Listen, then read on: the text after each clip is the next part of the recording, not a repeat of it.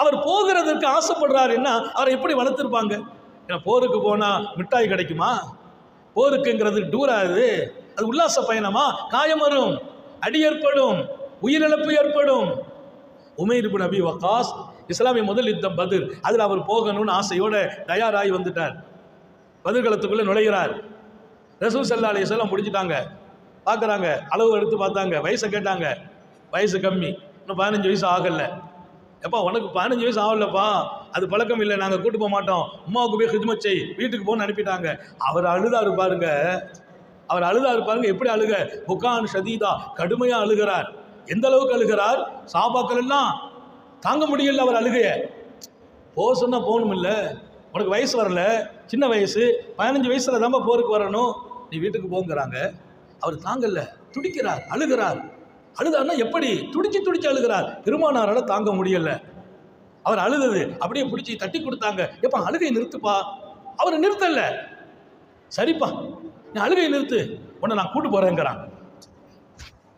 இளைஞர்களை தட்டி கொடுத்து வளர்த்த விதம், அவர் கண்ணீரை துடைத்த விதம், உலகத்தில் இளைஞர்கள் நபியை மறக்கவே முடியாது.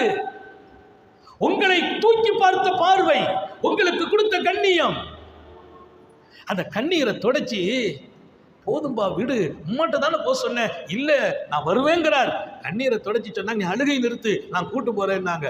அப்போது அவரு கண்ணீரை தொடச்சிட்டு சொன்னாராம், யா ரசூலல்லாஹ், வீட்டிலேருந்து புறப்படும் போது எங்கள் உம்மா சொன்னாங்க, நீ அல்லாஹ்வுடைய பாதையில் போன்னாங்க.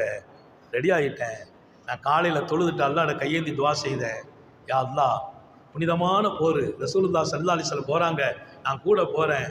எனக்கு இந்த போரில் போய் அல்லாஹ்வுடைய தூதர் நபி பெருமானாரோடு நான் போய் ஈமானுக்காக, ஈமானின் உயர்வுக்காக என்னுடைய தியாகம் இருக்க வேண்டும். நான் வீட்டுக்கு திரும்பக்கூடாது. அல்லாஹ் யர்ஸுக்ன ஷஹாதா, இந்த போரில் அல்லாஹ் என்னை ஷஹீதாக்க வேண்டும், நான் மரணமாக வேண்டும். அல்லாஹ்ட்ட துவா செய்துட்டு வந்தேன். நான் 13.5 வயசு தான் ஆச்சு. அல்லாஹ்ட்ட கேட்ட துவா என்ன? உன் தீனுக்காக, ஈமானுக்காக நடைபெறுகிற இந்த புனித களத்தில் நான் உயிர் நீக்க வேண்டும் ரப்பே, எனக்கு ஷஹீத் என்ற பாக்கியம் கிடைக்கணும் அப்படின்னு நான் துவா செய்துட்டு வந்திருக்கிறேன். தாங்க என்ன வீட்டுக்கு போன்னு சொன்னா மனசு கேட்கல, யார சொல்லலாம், அதான் அழுதுட்டேன். நீ வாப்பாண்டு கூட்டு போயிட்டாங்க. பத்ரு களம் பாக்கியமானது, புனிதமானது. பத்ரு முடிந்த போது ஒரு சில பேர்கள் பத்ரில் காணல, ஷஹீத் ஆயிட்டாங்க. அப்படி ஷஹீதானவர்களின் பட்டியலில் இந்த இளைஞரும் ஒருவர், உமைர் இப்னு அபி வக்காஸ் ரலியல்லாஹு அன்ஹு. என் அன்பு இளைஞர்களே, கொஞ்சம் கடந்து வந்த பாதையை பாருங்கள்.